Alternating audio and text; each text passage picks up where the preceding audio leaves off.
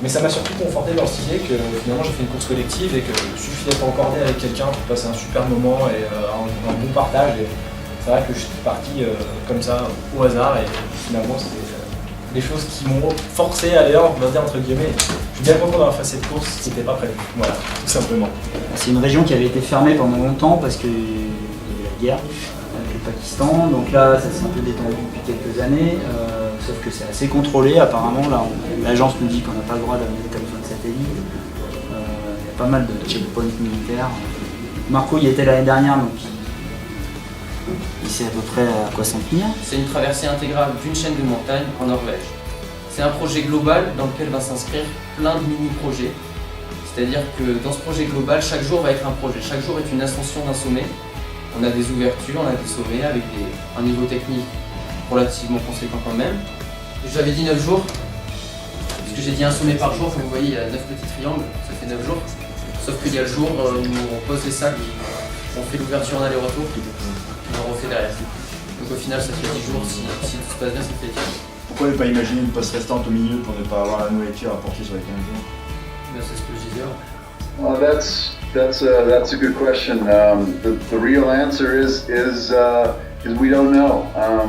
We realize that we've been told that we're the first U.S. group to be considered for this grant process. That is something that we take as a badge of honor. We are very pleased to be representing the United States and our veterans and our whole outdoor market here in the United States for this grant process.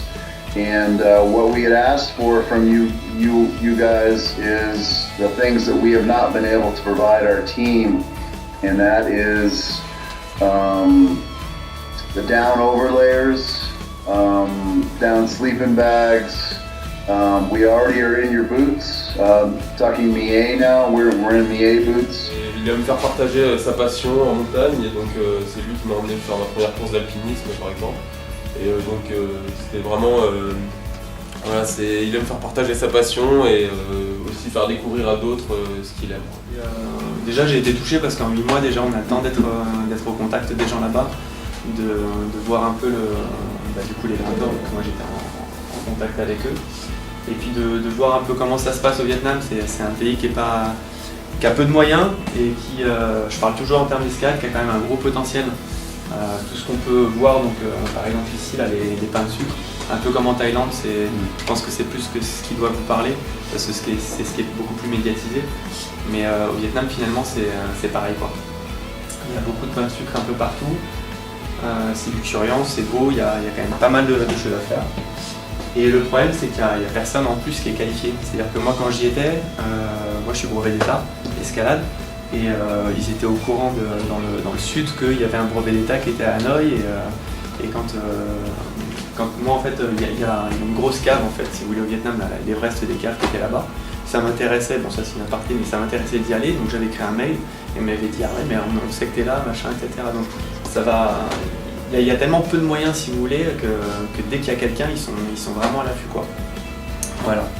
Et donc je pense qu'il y a vraiment quelque chose à créer. D'ailleurs je suis étonné qu'il y ait une personne qui l'a fait jusqu'à présent parce que quand je vois qu'il y a des experts qui se montent à droite à gauche, c'est quand même étonnant qu'il y ait un qui se fait là. Du coup tout de suite c'est vrai que moi j'y ai pensé. Puis j'ai sympathisé avec quand même pas mal de gens là-bas et ça m'a vraiment donné l'idée, je me dis bon il y a quand même un truc à faire quoi. J'étais en stage du CPA et on est tombé vraiment par hasard dans la même chambre, on faisait même pas le même sport. Il faisait du snowboard hors piste, moi je faisais du ski hors piste. On a sympathisé, on a commencé à parler montagne, on a découvert qu'on avait des passions communes.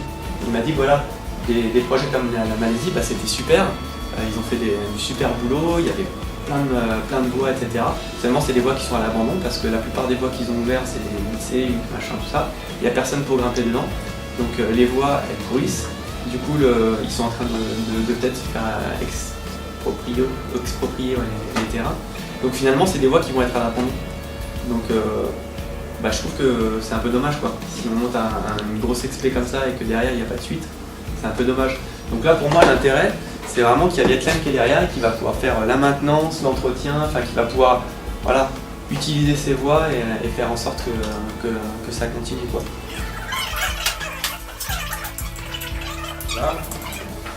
Et L'idée d'ouvrir un couloir qui n'a jamais été skié, cette idée, je l'ai en tête depuis quand même assez longtemps. Sans avoir un lieu précis, hémisphère nord, hémisphère sud, ça c'était pas franchement défini.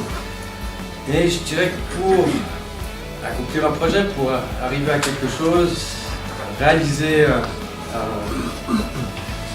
voilà, les rencontres humaines sont nécessaires. Hein. On voulait tout faire en autonomie. On veut pas de scooter, on veut pas d'hélico. Il y a moyen d'aller skier ailleurs, mais il faut tout de suite prendre un hélico, ça devient tout de suite très compliqué. Nous, on voulait pas de ça. Donc l'idée, vu qu'on a peu de temps, on va consacrer 15 jours sur place. Et ben, c'est d'être au bon endroit, au bon moment et rapidement. C'est un endroit où il y a quelques voyages qui partent, là, qui rentrent par cette vallée de Cogdal, avec des gens qui viennent faire de la pouca, qui reviennent sur la banquise et qui repassent par le sud. Mais sinon, tout le reste, il n'y a personne qui est allé skier des skis de pente, qui peut faire du couloir. Avant tout, c'est une histoire entre potes, des copains qui veulent faire quelque chose ensemble. Et donc à la base, on s'était dit on veut faire une expédition. Alors on a pensé à partir à l'autre bout du monde, dans les Andes, au Pérou, en Bolivie. Et finalement, on s'est dit que ça va même pas trop loin de chez nous, juste en France, il y avait déjà énormément de belles choses à faire. Et que c'était vraiment quelque chose de sympa de découvrir les différents massifs français. Et donc de varier les sports, de varier vraiment, faire de voir un maximum de choses en un temps réduit et sur une expédition tous ensemble.